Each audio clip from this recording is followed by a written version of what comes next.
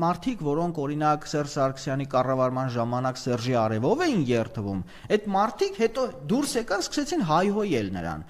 Ինչու, որովհետև դա ամբողջների մտածողությունն է։ Ես ձեզ վստահեցնում եմ,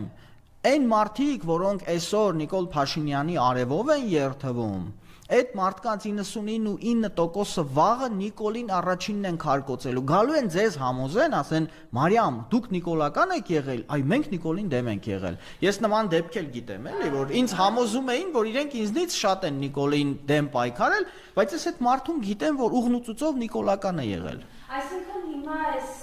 ամեն ինչը կապված է նրա հետ, այս սրացումները, որ ինքը ուղղակի գիտի, որ այլևս մերժելի եւ ատելի է ժողովուրդը։ Այո։ Եվ մենք առաջիկայում այս ամսվա մեջ, մարտ ամսվա մեջ, եւ Գյումրիում եւ Փարաքարում, իհարկե ես ենթադրում եմ հետեւյալ սցենարը։